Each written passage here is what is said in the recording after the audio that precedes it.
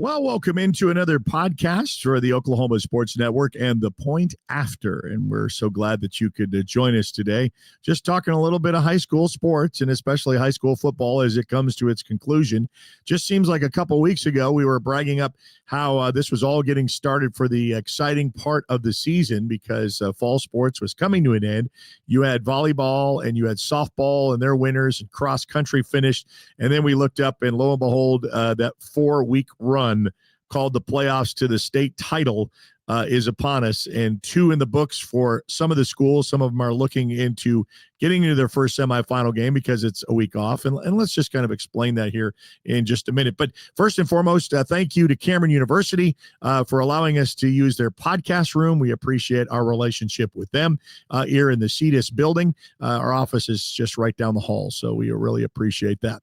Also, for the 13 schools on the network, thank you for an exciting football season. Some had really great, outstanding achievements. Some that really have kind of come from the depths of the ashes to rise up and really made a put forward, especially in their programs, and we're looking forward to seeing that next year. Easy access for us to connect with, which is on Apple and Android devices by searching the Oklahoma Sports Network. You can also subscribe to our YouTube channel, and we appreciate that. Some of our are watching this podcast off of YouTube, and we appreciate that. So you can give us a like, give us a follow there, and then all of our social medias, Facebook, Instagram, and X. You can catch us there just by searching the Oklahoma Sports Network. Tracy Mussett from VDog Media will join us again today. And I will say that's been really interesting about how some of these games have played out. And we've had a bye week again. And this is because, and just kind of educating of why is there a bye week in the playoffs? Well, I think because OSSAA finally has got a state championship in one location at UCO. Every game is played there. Well, you got another dilemma. You've got added schools like 2A that has been split for the last couple of years. You got B that is split. And so you got to have extra championship games. And when you play them, and I know I've talked to others that were familiar with Texas and Louisiana, that they just have one big weekend for all their state championship games, and they start in the morning. So I'm kind of glad they didn't resort to that, to have a morning, afternoon, and evening game. So they had a Thursday, Friday, and Saturday, 2 games apiece, and that will start this week with championship weeks with 6A1, 6A2, 5A. You'll get to see all of those championship games on Thursday, Friday, and Saturday. And I think C, like where Tipton was, and those classes that we're familiar with, they played their semifinal games. So they will be in the finals this week. Meanwhile, teams like Jones and Elgin that were on the network had to take Thanksgiving week off, so to speak. I'm sure they were still practicing, but they are going to get ready for semifinals. So let's backwards, Tracy. Let's go back to anything that jumped off the page. There were some blowouts, interestingly enough, one that I was a part of in 5A for semifinals. And then there were some that went right down to the wire. One with having to go for 2, and we'll talk about that in the Choctaw race with Putnam City, and that was kind of an exciting. Choctaw will face Putnam City, but Putnam City in their game with a team that I have not heard come around in the playoffs for quite some time over on the east side. But let's break it down. Anything that you really jumped off the page from this past weekend with semifinals? You know, I think 5A, a little surprised that Bishop McGuinness seemed to dominate MacArthur in that game. It was close early, and then McGuinness pulled away. I really thought that would be a close game either way. Not surprised that Bishop McGuinness won. Both teams had really played great football through the regular season and early part of the playoffs. So it was not a surprise to see the game go either direction, but I sure expected that game to be much closer than it was, and you were there firsthand for that one, so you obviously have some good experience. Yeah. Well, just watching it, I mean, hats off. Bishop McGuinness had a good game plan. This is what some fans say. Okay, you play a team twice, and this was one of those things. You had to play them twice, and it was a 3-way tie in that district for first place because each of them had just one loss. So they were valid there were like one where it was taking on a one, basically, again, I think is what you say. And it was 28-21 at the half. Bishop McGinnis led by a touchdown. And you had some character values of things that happened that, they are not mistake.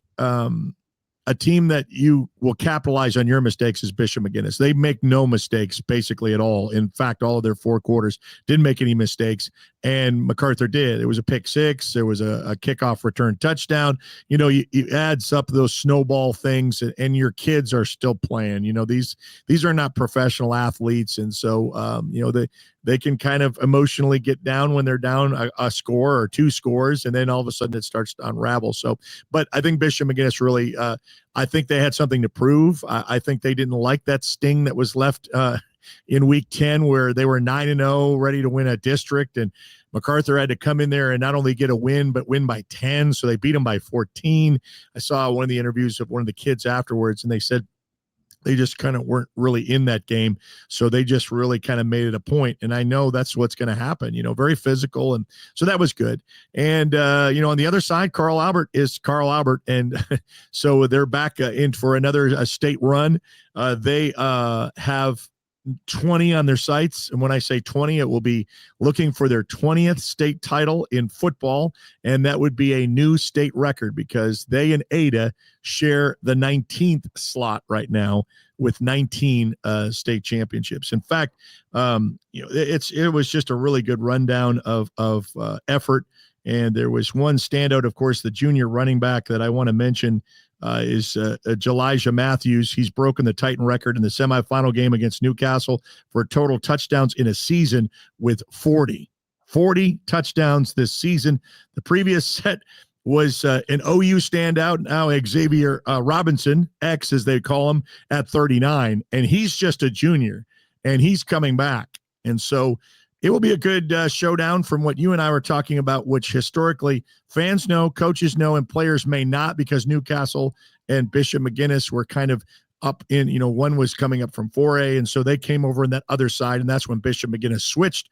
They used to play Carl Albert every year, but that hasn't happened in a couple of years. So these high school students, especially a junior there, they would not know that kind of tradition like they knew like a Guthrie. So it's going to be interesting on Saturday afternoon when they play at 12 noon on Saturday. Now, I had the opportunity to do play-by-play for the NFHS broadcast for the Carl Albert Newcastle game. There was one thing about Carl Albert in that game that really caught me off guard. Late in the season now, 12-0, that's the 13th game, 13-0 on the season. They had, let's just say, unexpected number of offensive penalties, holding calls, and a couple of other discipline issues on the offense that really surprised me in that game. I don't know if that will come back to bite them if that's not cleaned up this week against a team like Bishop McGinnis, but definitely not something that you expect to see this late in the season. Yeah, Bishop McGinnis, like I said, very disciplined. They didn't have, I don't have the stats in front of me, but if they had any penalties, it was very few this past week, but everything was clicking on all cylinders. So you get that. And afternoon game, what do you think about that? What do you think that does to a team? At least it's not a morning, because I know MacArthur had to play Guthrie for a state title one time in like 10 a.m. in the morning, and that was really early. But what do you think about that? I know that, both teams have to play it, but what's going to happen at 12 noon as opposed to a Friday night 7 o'clock game? So in sports in general, there's so much about routine that is so important. Coaches like to have the same schedule on game day, eat the same meal during the playoffs, every playoff game, with lunch with the team. I could speak for Carl Albert because the church where I minister, the Eastside Church of Christ in Midwest City, we feed the Carl Albert football team each week. And we know that their meal for the playoffs is fried chicken. Now, we have other things during the regular season, but on game day during the playoffs, it's fried chicken, mashed potatoes and gravy, and green beans, And now I did not know that. I didn't know that was the game day meal. That's interesting. You throw in a game at noon. Well, now you not only don't have your normal walkthrough schedule and all of that, it messes up your meal schedule. More than likely, that's more of a disruption to just the mentality than it is to physical preparation. But it can have an effect, and it can have an effect on these young men who are used to playing on Fridays and having a school day in their routine that day versus now it's what do you do on Friday night that you didn't do on a Thursday night that maybe affects your energy level the next day? There will be a lot of control and instruction coming from the coaches that will help control that situation.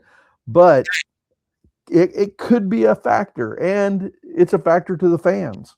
There's a different energy level at noon than there is at 7 o'clock in the evening. Right. So, yeah. Well, Nonetheless, we get to see them yeah. play in a great venue, and it'll be a phenomenal football game.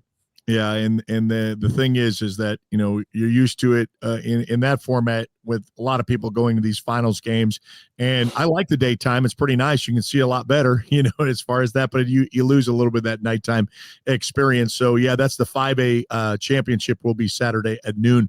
Going to back up a little bit and start with the top classes with 6A1 and 6A2 for that Sand Springs game, which I told you they were behind, and all of a sudden they came back and they win by 1. Exciting way to finish off semifinals. And there was another one on the opposite side of Bixby that went down to the wire. So what were you thinking about 6A? And I know it's Bixby, so unless you come up and beat Bixby, we're going to kind of favor Bixby until you beat them, I guess, is the so to speak. But what else was fun kind of watching in the 6A1 rank? Well, I live in Choctaw, about a mile from Choctaw High School. And Choctaw, of course, the defending state champions. Last year was their first championship, and we'll just say a very, very long time. And matter of fact, the last time they won a state championship, my mother's older brother was a player on that football team. Now you're dating yourself and herself, so we'll stay away from that one. Okay. But they lost a couple of district games this year to Stillwater and to Putnam City. Had the opportunity to right the ship for the Yellow Jackets in the semifinals. Got out to the early lead, 22-0 on Stillwater, entered the fourth quarter still leading 22-0, and then had to hold on. And it was their defense in the second half that did it for them. They gave up 2 scores in the fourth, but held off a late drive and were able to close out the win, advance to the state championship again this year, where they're going to take on, as you've made mention already, the Sand Springs Sandites. Sandites, yeah. Yeah, and they come up When's big. the last time we've actually heard them put together a run like this? That we talk about Choctaw being in a while. I think Sand Springs would be in that category too. That there's the typical ones that you're used to seeing in 6A2 ever since Bixby left out. You have had a new champion every year since their departure. It started off with Stillwater, then they went to Muskogee, and then Choctaw, as you mentioned last year. Will Choctaw repeat, or will it be Sand Springs? I mean, it's like, wow, that'd be really interesting to have a new state champion every year, as opposed to when we talk about Bixby in 6A, or we talk about in Carl Albert in 5A. Well, that kinds to be the repeat, but as far as the parity in 6A2, it's been good. It's been a fun class to watch. It looks like Sand Springs has played in 2 state championship games in their school history. The last one was 2015 when they lost a 10-point game to Bixby in 6A2. And I think that's where it gets lost in it. When you lose to Bixby, and Lawton High has one of those too, and you had a silver ball in 2014 and that was when Bixby was really starting to figure it out, and then they never looked back. And so I guess they're still ranked the number 1 team in the nation, not only in the state, but getting a lot of looks from the rest of the nation as well, as far as that program is concerned. Yeah, and Sand Springs has 1 state championship. It was a 2A state championship back in 1966. Wow. A 14-7 victory over El Reno. So other than that, it's been a lot of quarterfinal, semifinal exits for the Sandites. Okay, anything left on the 6A1 before we start going down to semifinal matchups, especially with Elgin, because we've already covered 5A, but 6A1 outside of Bixby, anything else? Owasso, Broken Arrow, those kind of things that came down to the wire? Yeah, no surprises. Owasso Jinx getting down to the wire on that game. Yeah. I expected Jinx to win. It was a close game. Not surprised Owasso made it there. Would not expect Owasso to upset Bixby.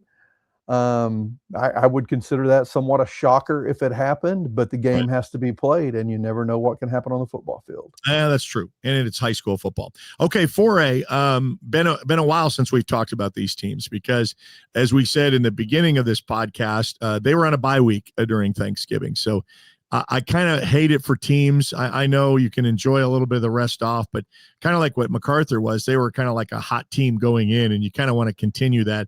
Then you have to put the brakes on and halt everything that you've done over the course of a 10-week regular game season.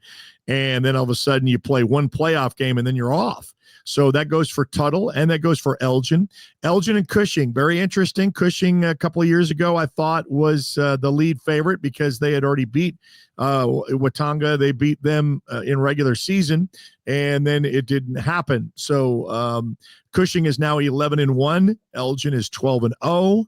That's probably the interesting matchup in Class 4A, and Elgin, one of our OSN teams, and they're looking to try to make their second state title in back-to-back. They won their first one ever, but, to have back-to-back, that'd be another first for the Elgin Owls.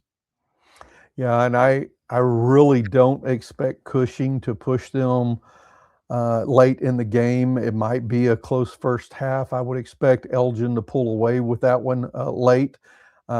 The same thing in the other side of the bracket with Tuttle and Broken Bow, but again, Cushing has been a pretty solid team this year.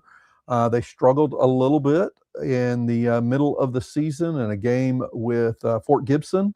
They actually lost a game to 3A Bristow early on. That was a little bit of a surprise. And then only a 6-point win last week, or not last week, but 2 weeks ago over Ardmore in the quarterfinals. So Ardmore pushed them a little bit too. So just looking at how those teams have played throughout the year, I expect the Elgin Owls to take care of business Friday night against the Cushing Tigers. Oh, and I made a mistake. It's not Watauga. It's like the W's were in my mind, but Wagner was the team that they had beat in regular season, played for a state title, and I think because of how they beat Wagner earlier on, they were kind of the fan base, at least, were thinking that was a done deal. So Cushing has something to say, hey, we'd like to get back in that arena again. Tuttle would be the same way because they said, okay, we were in with Elgin. We lost 28-21. I think it's a much closer matchup again for a collision course that everybody kind of circled on their calendar, that at the end of the year, that Tuttle and Elgin would be the two left standing in 4A, and let's battle it out. So I'm excited to get over these semifinals so we can kind of break that down to kind of see what happens and what they're ready to kind of collide with. And you kind of like those two Goliaths, those two that are in the ring. They're heavyweights, and you kind of made the best team win, so to speak, when it comes to the finals, which will be played next week because we're still on semifinals for these teams. Yeah, now I will throw in also, if we're talking about 4A and we have Broken Bow in that mix taking on Tuttle, that 1 week break through the Thanksgiving week may be very significant for a few teams out there like a Broken Bow that is in a part of the state where Thanksgiving happens to be a day that falls in the middle of a week-long holiday called deer season.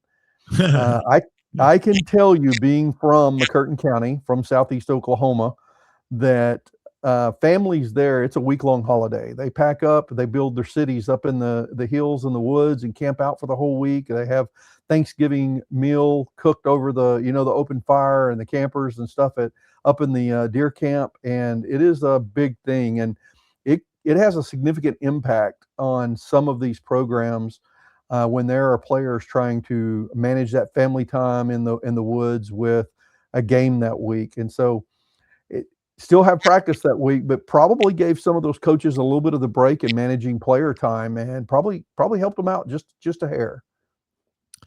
We're going to get to the 2A matchup, which I'm really, really wanting to see you pick down. One of our schools, Jones, undefeated, who you've been covering, will take on Marlowe.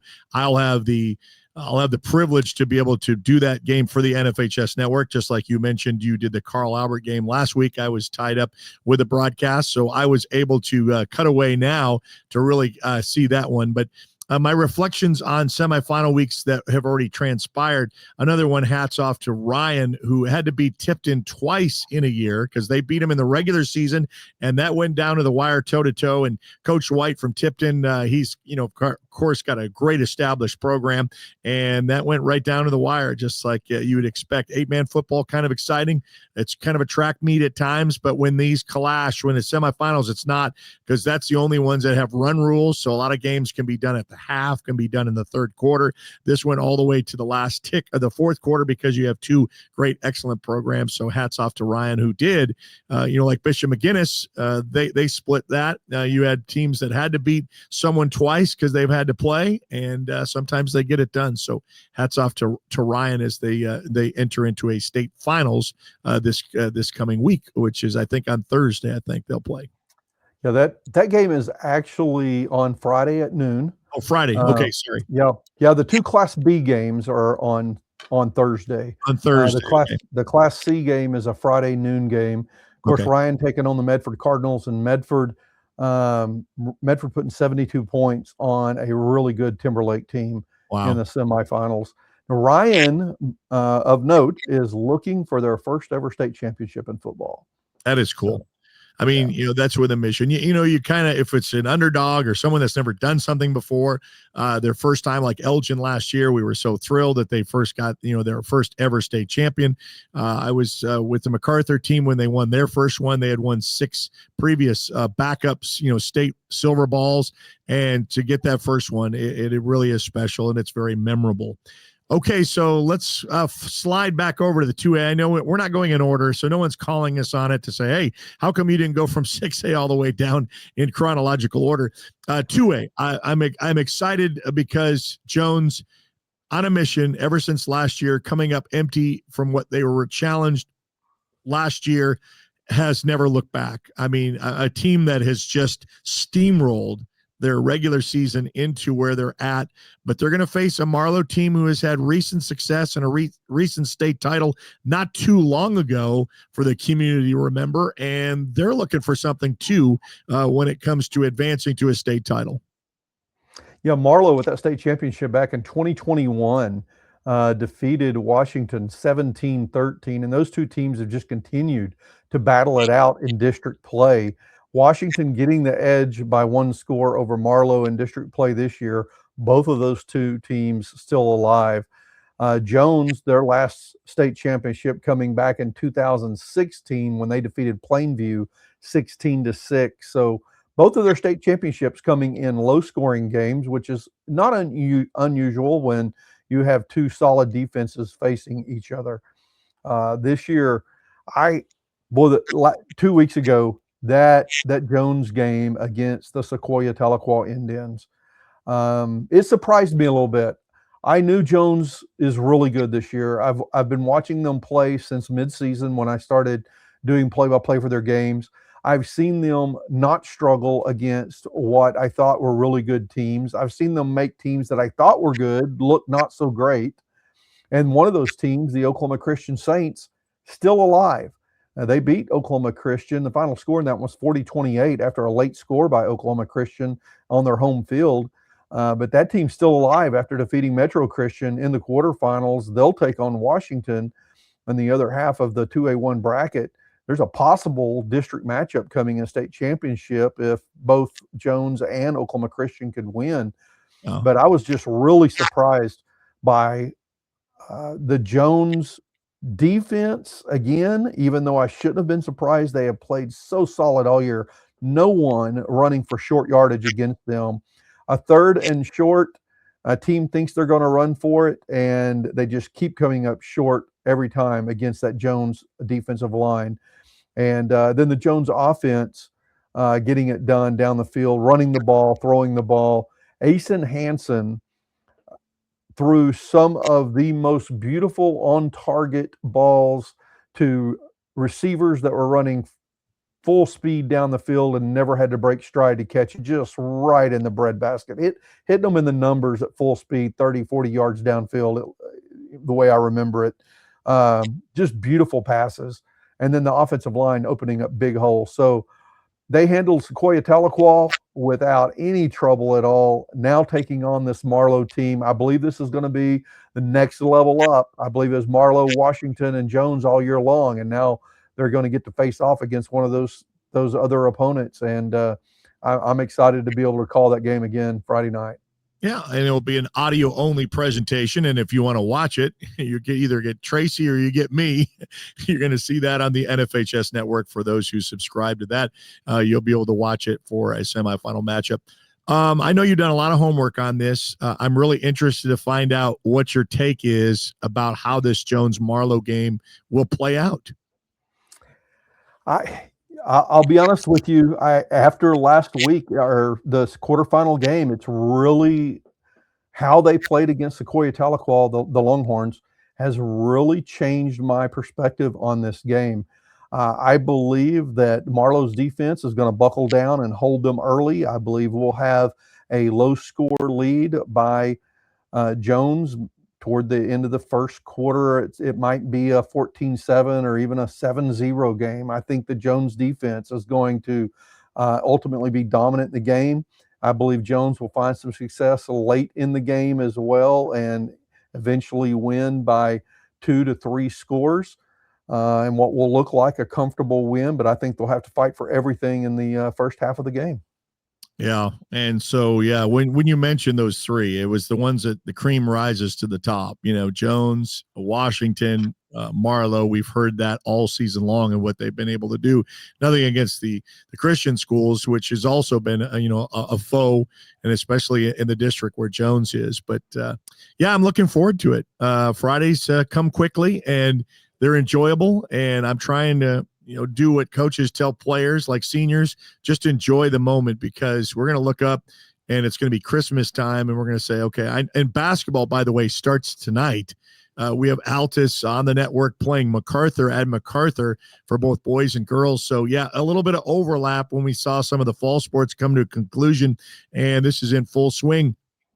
Basketball is getting ready, and I kind of always chuckle because Elgin is waiting for some of their, like Brody Morrison, some of their starters, some of the guys that have played. Lucas Young, who just came out for his first year, he's a big basketball guy, and the basketball team's going, we're ready to start our season whenever you guys are done, and they're still playing. They got semifinals this week and then a finals matchup next week, but it's not really that over-ramped because basketball kind of seasons themselves by playing a few games now in December, and then Christmas break comes and they're either in a tournament or they're off, and then we get to January and we're off and running. Now there's an interesting thing in the OSSA calendar that I think personally needs changed. But of course, our non-football schools have been playing basketball for for a month now.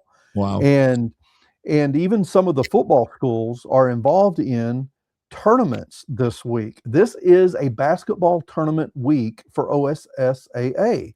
And so there are quite a few basketball tournaments around the state that happened Thursday, Friday, Saturday. There's actually a couple of them that started yesterday, but there's quite a few tournaments around the state this week. Bixby is hosting a basketball tournament this week, for example.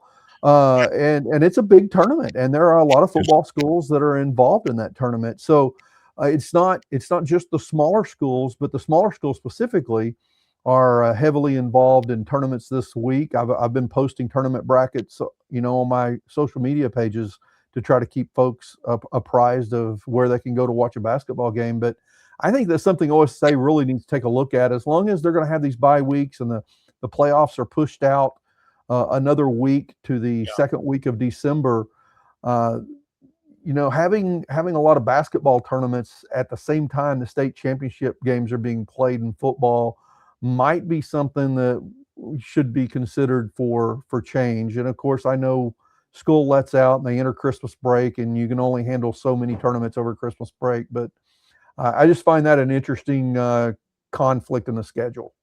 Well, I think that's relatively new because of the splits, the new championships that they had. So it's not like something like you've said, basketball hasn't changed their schedule. So football has kind of been adapting.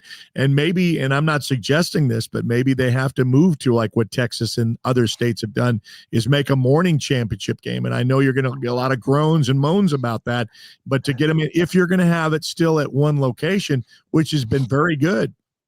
But as you said, the overlap of having that, it was never bye weeks before in football. You just went straight on through and we'd be done. State titles, championships would be this weekend and we'd all have it as a finality. But you stay away from Wednesday. I know that's traditionally like a church night.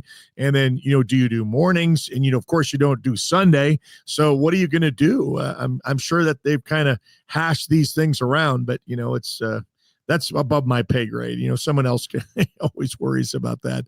They can take There's care of that. so many factors for them to Um, take into consideration. Everything from broadcast crews and officials and the logistics of managing the facilities and team yeah. preparation, safety of the players, not playing too many, games too close together, giving them, a week between. There's a lot of factors to consider, and they do a good job. Well, and they've already talked about basketball, what they're going to do, because if they're always going to be at the big house, the new big house for the debut this year, they're going to use OU for a lot of some of the semifinals so they can still get some games in so then they can pack that arena out. And that's going to be something fantastic. I can't wait to see that when it comes to time in March to start talking about state championship runs in basketball. But first things first, we got to get finished with football. Is there anything else that I missed out? I know we didn't really mention about 3A, but is there anything else that I left out that you wanted to bring up for football, either semifinals or coming into finals matchups this week? No, I would just say to hit those classes we didn't really mention. I still expect a Sulphur Lincoln Christian matchup Oh, yeah. in the 3A final. Both of those teams in the semifinals this week. 2A2, Davis and Vian. There's two tradition-rich schools playing in a semifinal game Friday night at Hera, and that should be a great game. And then you have Adair and Stroud on the other side. I would expect that Adair will defeat Stroud and advance to the state championship, but I do believe it'll be a good football game, and I would also expect Vian to beat Davis, but again, I expect a good football game there. And down in Class A, I believe we're looking at Tallahena versus Hominy in a state championship would be my expectation, but those games have to be played out. And in Class A1, it is probably Tonkawa versus Rejoice Christian in a state championship game, and I believe that'll be a good one. So. Well, we love talking sports and we love including you in it. I know you do a lot of stat stuff and a lot of numbers crunching for the football and the brackets, and we appreciate that. And you're going to do that for basketball as well and keep people informed. VDog Media is where we can find you, and give us your landing pages of how we can connect up to you. Yeah, at VDog Media, VDAWG Media. You can find me on Facebook and also on X. I'll keep things posted on through the remaining few days of the football season, and then you'll see a ton of basketball content from me throughout the season. You'll see a lot. Folks will see probably a little bit more Southeast Oklahoma basketball content than any other area of the state. Those are the teams that I've been heavily involved in throughout my career, but you'll see content statewide. And as we get on through the tournament season, I'll keep you posted on results of in-season tournaments, as well as standings, rankings, and understandable. This is one of the few times I actually criticize the association. Understandable brackets for the basketball playoffs. And of course, we're still trying to finish up football season, but if you follow VDog Media, when it comes time for the basketball playoffs, you'll find brackets that make sense to you if you're a layperson. If you're a coach, you probably can understand the OSSA brackets, but grandma and grandpa have trouble following them. They come in about 10 pieces, and they can't figure out which pieces connect to where, and the VDog brackets will help you understand that. Okay, that's very good. I'm looking forward to that as well. Okay, so out of the 13 schools, 3 remain, and congratulations on great seasons.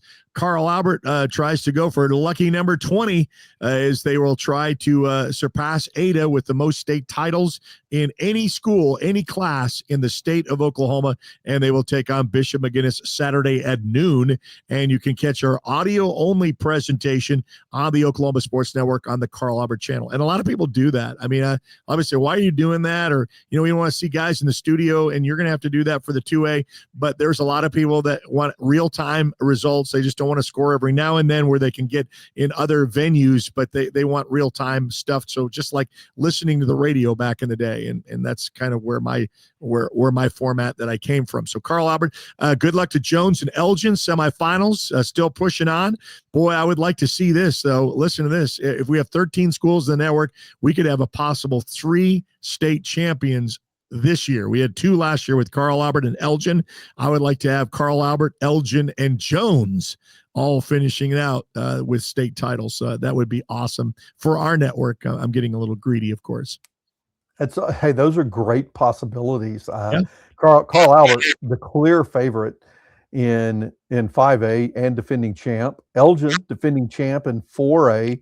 I do believe they'll have their hands full with Tuttle. I believe they expect it to be a really good football game, but every possibility of them winning. And I think Jones, though they're not the defending champ, is by performance the favorite right now in these final 2 weeks of 2A1. Well, Tracy, we appreciate your time, and of course, we'll always have you on as I'm kind of almost making you a permanent guest with our podcast, because I don't like to do these solos. Everybody likes to hear someone talk to someone, and we don't have a special guest every now and then. We'll like to do that, but just appreciate your knowledge and your passion for high school sports in Oklahoma. Well, thank you very much, and I thoroughly enjoy being a part of the podcast here on the Oklahoma Sports Network. Well, thank you very much, Tracy, and we'll get back with him when it comes time to breaking down what we saw in the semifinals and some of the finals for next week. And I want to thank Cameron University for allowing us a little bit of time in their podcast studios. Hey, don't forget, it's free to download, free to watch on the Oklahoma Sports Network. Just go to our Apple and Android devices by searching the Oklahoma Sports Network, and you can download it there. On Roku, Amazon Fire, and Apple TV, same thing. YouTube, for those who are even watching this podcast on YouTube, subscribe to our YouTube channel, and then connect to us wherever you are found socially, whether it be Facebook, Instagram, and X. Wow, that's how that's been. Well, you enjoy. I hope you had a great Thanksgiving. Get ready for December, which is state titles for this week and next week. And we'll keep you posted with some of the schools that we've got on the network, so you'll find out socially when they will play and what we have coming up next. You've been watching a presentation of the Oklahoma Sports